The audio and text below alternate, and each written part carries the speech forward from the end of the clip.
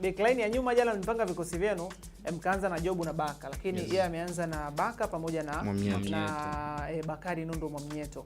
Kikosi ambacho amekuja nacho Gamondi Maira ni kikosi cha aina gani na ni kitu gani hasa ambacho kimempelekea Gamondi kuanza na wachezaji ambao alianza nao, japokuwa kuna rotation kubwa ameifanya na kuna baadhi ya wachezaji tuliamini wataanza lakini hatujawaona kwenye kipindi cha kwanza?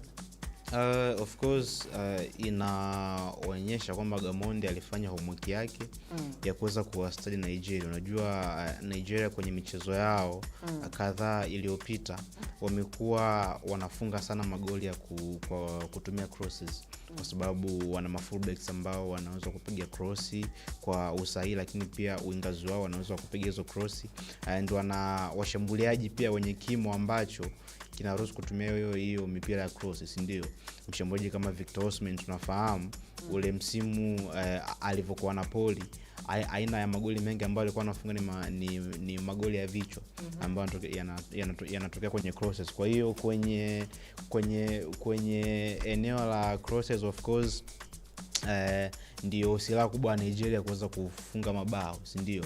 Na hata ukirejea mabao ambayo tulifungwa jana, goli la kwanza ni la mpira wa cross. Kwa hiyo Gamondi baada ya kuwasaidia Nigeria na